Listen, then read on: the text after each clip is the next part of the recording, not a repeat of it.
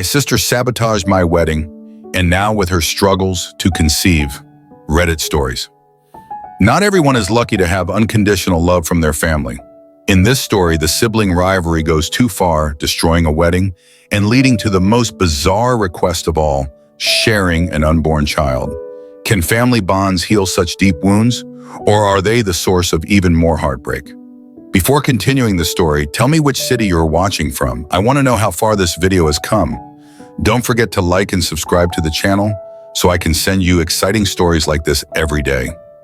My sister sabotaged my wedding, and now, with her struggles to conceive, my parents want her to share my baby. As a little background, my sister Amber, 30F, persuaded our parents and a few of our family members not to come to my wedding. She believed it was inappropriate for me to marry her while she was divorcing. She turned to lying and spreading rumors to get people to avoid me because the truth alone wasn't enough to make them hate me.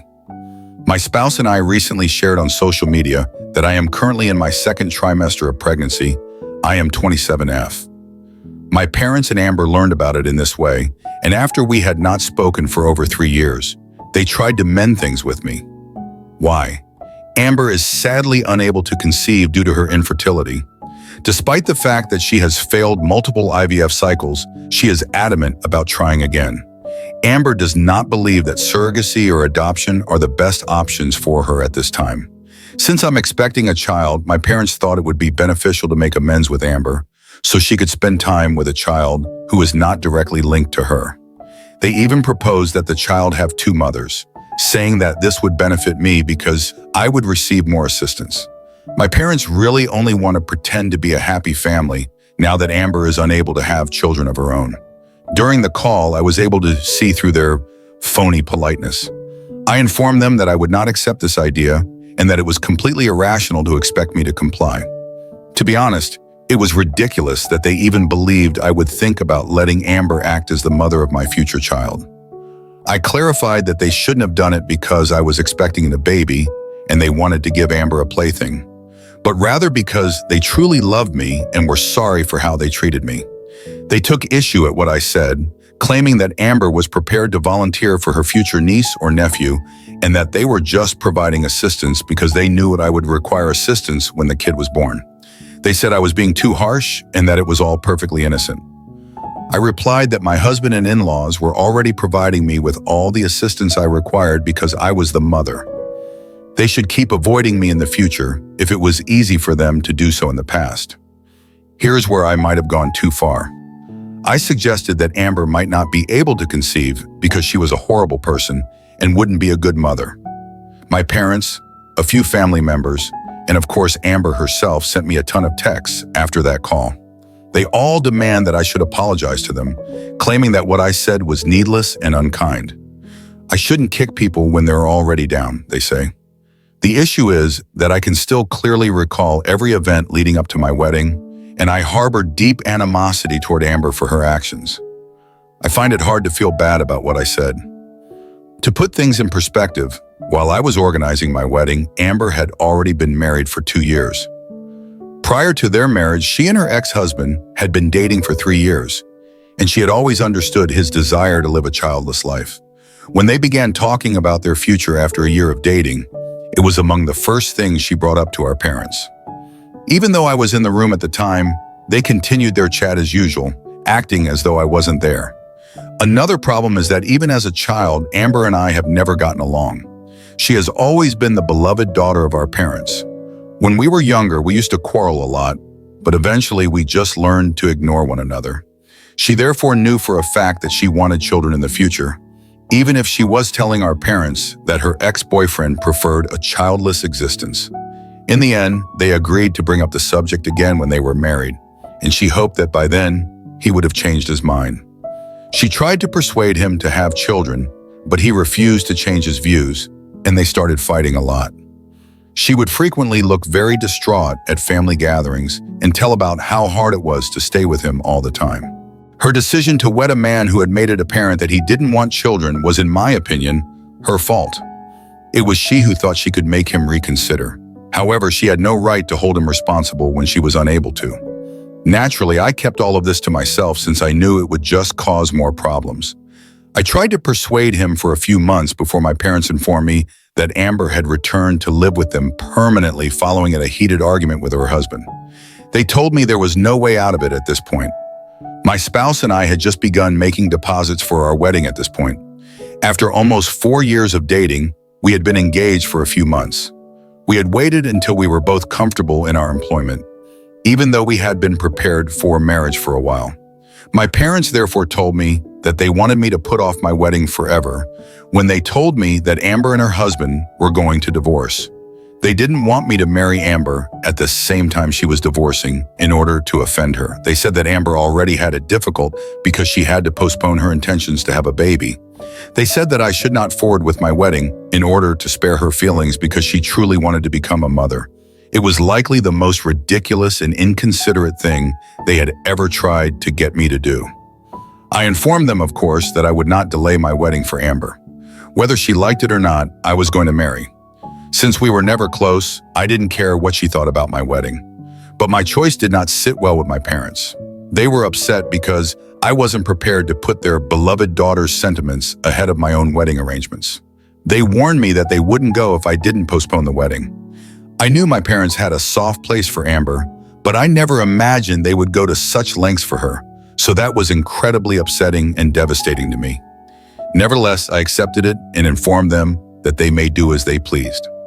Amber wasn't content, even though it should have been the end of it. She didn't like that I was getting married, so she made sure the rest of the family didn't come either. She initially only tried to win people over by saying that it was rude of me to get married while she was going through such a difficult period. Although the majority expressed sympathy for her, they did not specifically state that they would not attend my wedding. She made the decision to step it up after realizing this. She began spreading stories about me because the truth wasn't contentious enough. Amber started claiming that I had been persuading her husband to divorce her because I was envious of her and couldn't bear the idea of her having a child before me. I had never been friends with her spouse, so the allegations were ridiculous. If he and I had ever gotten close, I genuinely doubt Amber would have married him at all. People began to believe her, though, for some reason. She even claimed that I had been bothering her by convincing her spouse that he would be happier without her and manipulating him to leave her. Amber claims that I was to blame for his lack of desire for children, since I had reportedly persuaded him that having no children was the way to go for our generation. All of it was false. I assume she lied so firmly that others started to believe her Amber, even though I hadn't really engaged with my brother-in-law when he was married to Amber. Many folks turned down my wedding invites. A couple of my supportive cousins and other family members told me about Amber's comments, so I already knew why. I wasn't shocked to learn that no one provided me with a detailed explanation for their refusal. Only a few relatives and a few individuals from my side of the family came to my wedding. Everyone else was either a friend or a coworker. On the bride's side, the attendance was dreadfully poor.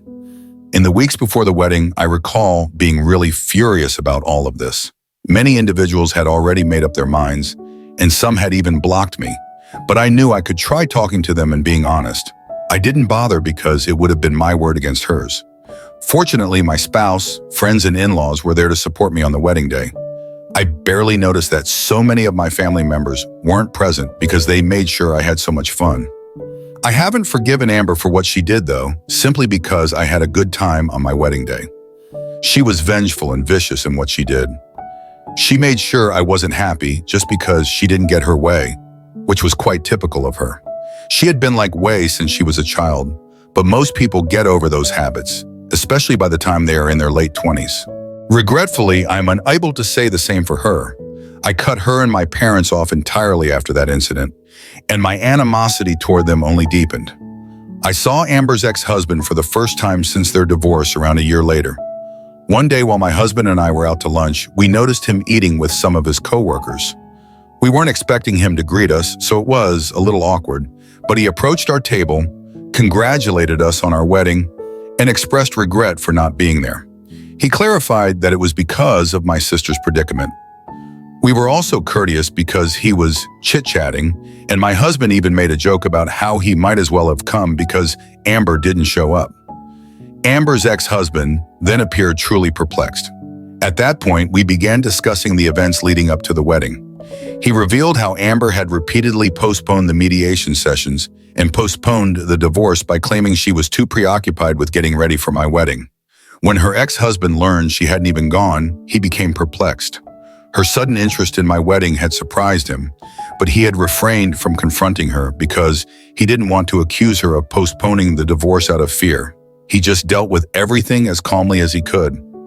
We discussed the facts after he gave us his version of events, which included Amber's failure to attend the wedding, her spreading false information about me, and her accusation that I was attempting to end her marriage. After expressing his shock that Amber would act in such a manner, he revealed the true cause of their split.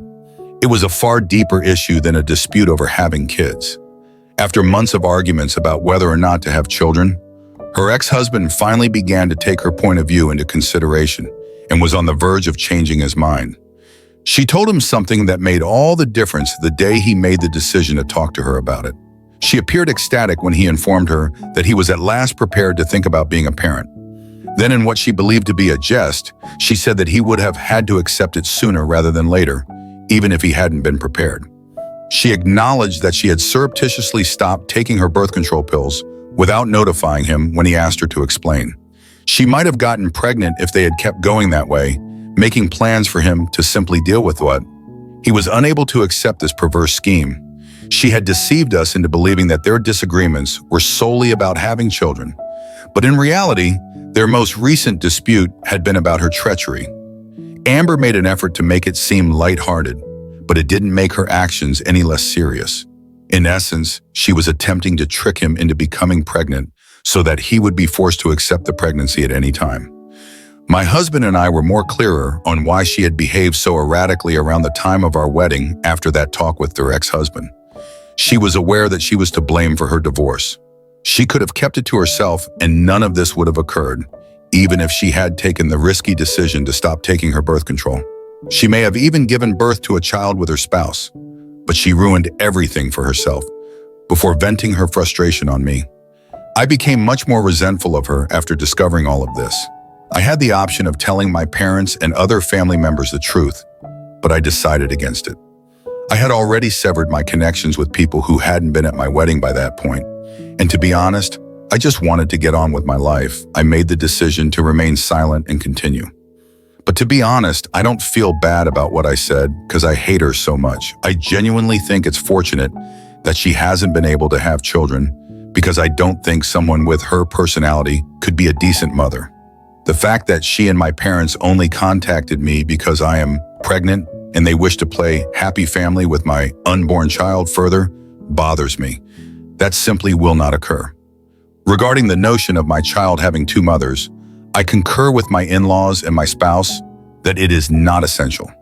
People's reactions to my comment, especially those with whom I get along, are the only reason I'm even slightly unsure. So am I the jerk for suggesting that my sister might not make a good mother, which is why she hasn't been able to conceive?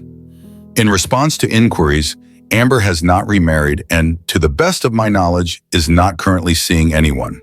Although I don't know much about her personal life, I've learned from friends and family that she is totally unmarried and that her primary goal at the moment is to have children. You can guess why she isn't interested in adopting a child or using a surrogate. In my opinion, it's because she feels that a child isn't truly your child unless you've given birth to it yourself. She has been trying for over 3 years, including when she tried to conceive with her spouse and when she used donors for IVF following the divorce. So far, nothing has worked for her. Most people would think about other choices by now, but she isn't interested, and that's her decision. The fact that she and my parents only tried to reconcile after I revealed my pregnancy is what truly seems odd. The remark about two mothers stuck with me. Additionally, you all observed that they made particular reference to the fact that this baby would be linked to her by blood. Technically speaking, my child would be her blood relative because she is my biological sister. However, bringing it up while trying to make amends is odd, and their actions simply gave off a disturbing, almost baby stealer atmosphere. I'm afraid she'll start projecting and acting like the mother if I do try to forgive her and give her some contact with my child. I can't allow that to occur. Some of you have questioned why I haven't defended myself in front of the rest of the family or spoken out about the true cause of her divorce. In all honesty, I don't believe it's worth it. I became aware of my true friends and supporters after the wedding. Everything that transpired deeply wounded me, and even though I wanted to speak out about the truth, I decided against it. I wanted to be left alone. Even a few family members with whom I get along well said that I was a little callous when I told Amber that she couldn't have children. Although they don't expect me to apologize, they do believe it was a little too severe. These folks have always stood behind me, so that's why I'm worried. If they too think I was too severe, then maybe I should be worried. Update 1. I appreciate all of the comments left on my post. I appreciate your support, even though it seems like most of you believe I'm NTA. I will continue to ignore Amber and my parents, and I have made the decision not to apologize to them. They are obviously unhappy about this. On social media and in real life, they are acting like the victim and disparaging me in front of our family members once more. I already don't talk to those people, so I'm not bothered by it. What could possibly go wrong that they will further isolate me? I made the decision to talk to my family members that support me, yet disagree with my remark and address it. Almost everyone in the family is aware of what happened and what I said, and Amber and my parents have made a big issue out of it. I reached out to people who truly care about me since I won't engage with someone I don't get along with. I admitted to them that, in the heat of the moment, I had uttered those things. However, that doesn't change the fact that Amber's deliberate attempt to draw attention to herself during my wedding was much worse. For years, Amber has been mean and disrespectful to me, and I won't say I'm sorry for something that might even be true. She won't be significantly impacted by my remark, at least not in the same manner that she did me when she created rumors. Because of what she said, my family declined to come to my wedding. It's not the same thing because my viewpoint won't stop her from being pregnant. Those who were on my side are still supportive, and my relatives seem to understand this. I'm okay with them deciding not to talk about it anymore.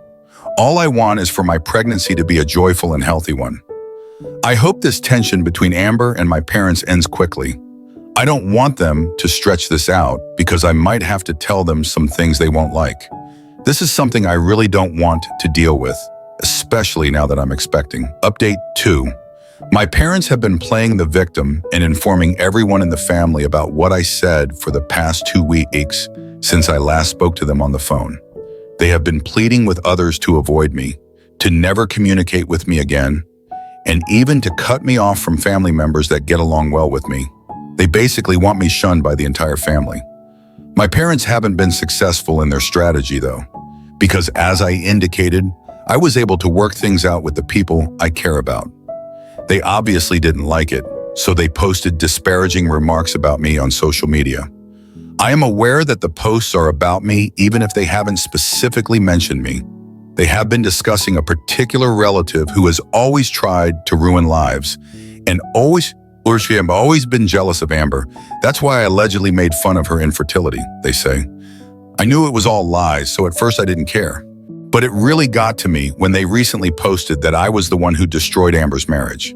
I chose to reply since they were repeating the same falsehoods they had told me around the time of my wedding. I made contact with my former brother-in-law. Even if we don't communicate frequently, we are on speaking terms because we still greet one another on holidays and on our birthdays. I told him everything that had been going on and asked if he wouldn't mind if I told the truth in public. I did what he told me to do. The drama has escalated since I wrote about Amber's actions and the true cause of their divorce. Although I haven't spoken to anyone directly, family members have been calling, texting, and emailing me to ask whether it's true, to ask me to remove the post, and even to accuse me of lying about Amber once more. None of them have received a response from me. My parents and Amber, on the other hand, have remained remarkably silent, which suggests that they have little to defend themselves. They'll find words, though, I'm sure. Even after all of this, it's disheartening that no one in the family has bothered to apologize to me. But it's okay since it's exactly what I anticipated. I believe I've been successful in exposing Amber for who she truly is, which was my major objective. I'm just going to relax and observe what happens next. Update 3. Amber and my parents finally contacted me a few days after my last post, stating that they were prepared to apologize, but only if I consented to have my post removed. The rest of the family hasn't expressed regret to me, but they seem to have contacted my parents and Amber to criticize their actions. They told my parents that it was unfair to portray me negatively when Amber was ultimately to blame for her divorce. My relationships with my parents have suffered greatly as a result of their years of deceiving the family. It's amazing how fast certain family members went from detesting me to betraying Amber. However, as I already stated, I don't hold it in high regard for those who assume that I was the cause of Amber's marital issues. They're now equally eager to assume that she was at fault from the beginning. They still refuse to say sorry, and the majority of them have ceased getting in touch with me.